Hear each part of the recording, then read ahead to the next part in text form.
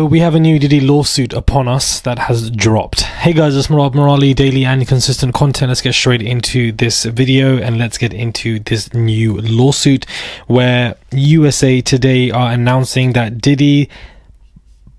Sean Diddy and his bodyguards are both being sued by a man in Atlanta. The man, DeWitt Gilmore, I feel like this is the second recent new lawsuit I've read out where the names are being mentioned, so it looks like a lot of people are not coming anonymous anymore, which I think helps strengthen a case and give it credibility that you're coming to sue Diddy and give your first and second name. The man DeWitt Gilmore accused Combs and his security of physically assaulting him outside of a New York City club in 1996, according to a lawsuit filed in a New York federal court Sunday and obtained Thursday by USA Today. The lawsuit comes amid a mountain of essay lawsuits against him.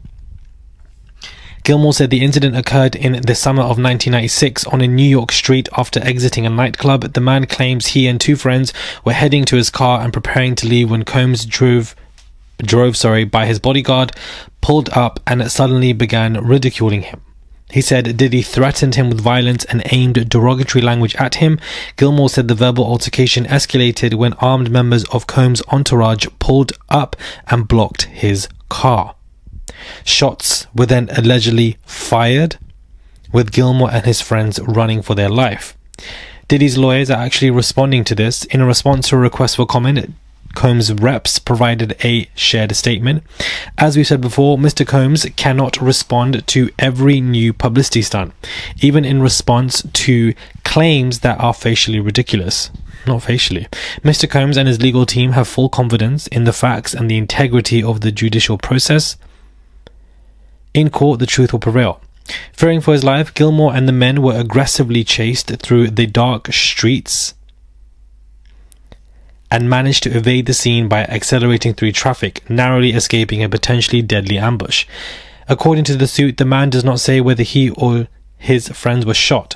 Gilmore seeks a jury trial. Wow, interesting. Not a jury trial. And $5 million for emotional distress, physical harm, lost opportunities, and reputational damage. Gilmore claims he feared continued harassment and possible violent retribution, but a recent conversation with one of the men there that night brought forth new insight and new evidence.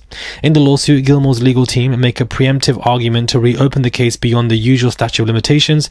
They cite newly uncovered evidence and the unique circumstances of intimidation and safety concerns that delayed earlier action as justification for the lawsuit. In New York, the statute of limitations for filing civil lawsuits for assault and battery is typically 1 year.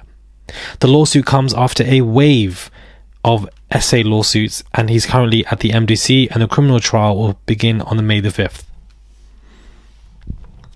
All I'm going to say to you guys is that we need to get used to this, because his trial is not going to take place until May the 5th, if at best, if it's not going to be delayed, which I think it is.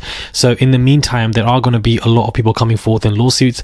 This is the second person in a row that I have read out who's come forth with their name, and he's seeking $5 million for distress. And so this is what I'm talking about, because this lawsuit, let me go back to say, look, this lawsuit took place in the summer of 1996. Do you understand? In the summer of 1996, I was 6 months years old. Do you really in the summer of 1996, guys? This is why I find it to be so annoying when Diddy's children want to come out and do these lectures, try and jump people, taking over the Instagram, saying how positive he is. Most of you were not even born when all of this was going on. Do you understand? Most of you were not even born when Diddy was doing the peak of his madness. So what makes you think you want to come here and deny whatever is being accused of Diddy like you were there? So many of these lawsuits are in the 1990s, where he was running wild, where he was very powerful. He had his ego trips. He has one of the most successful albums, as well as Big E. So, he was running that as well. So when you have all that and you have your own successful album, all in that era, and you're this big artist, you're running around and you already have a dumb ego, you're going to be doing crazy stuff. And these people saw Cassie get her money and saw that he's been in jail and saw that he's been criminally charged. They want their own money too. And who are we to tell people who are allegedly victims that they don't deserve their money for being financed, and they need to be financially compensated for the mental stress that they have been through. Who are we to say that they don't deserve that? Because we were not there. Let the courts play their games and play their processes for this man and for anybody else. And he's seeking 5 million for, stress. The fact that shots were fired, the fact that they were fleeing, the fact that this happened in Atlanta, and for the fact that new evidence has come to light is very intriguing. So this has come out from USA Today.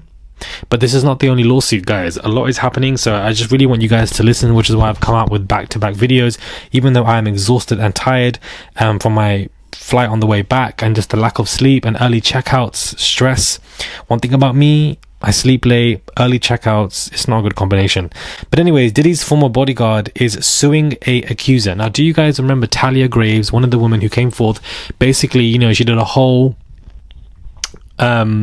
TV moment, let's just say, and she was emotional and crying, and only for people to come out to say, well, you tried to tell me to coordinate your story so that I can get a share of the money.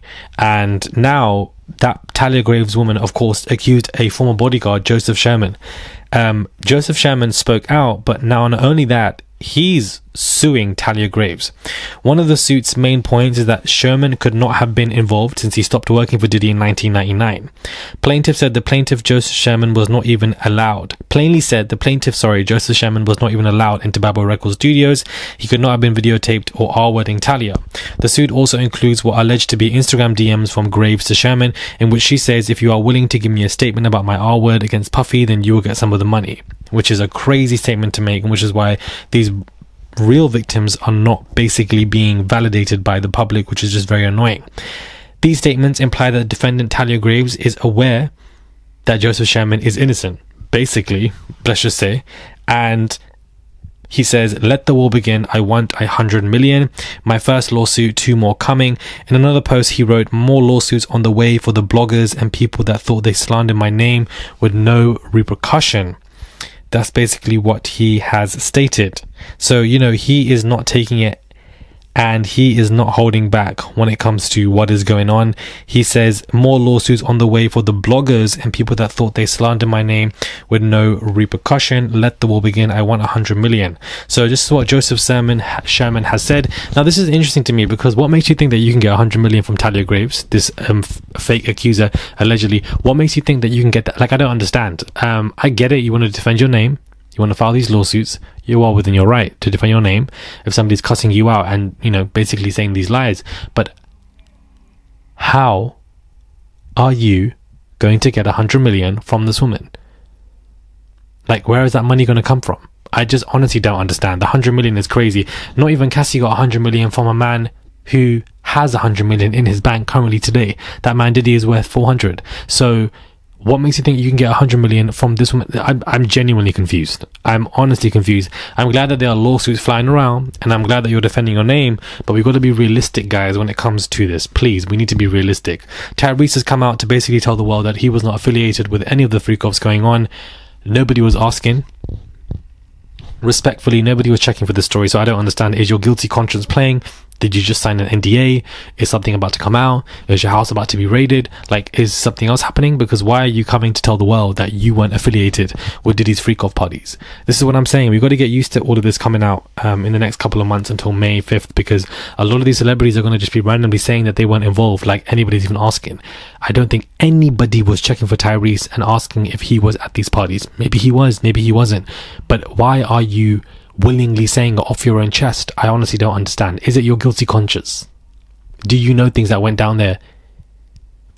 Because, or do you just want their attention? I just don't understand. And maybe there are people in this comment saying XYZ. I don't know. It don't make no sense to me. Let me know your thoughts are, guys, when it comes to this. Do subscribe, comment down below, give this video a thumbs up. I would appreciate it. Do subscribe to the channel, and I'll catch you guys soon for another video.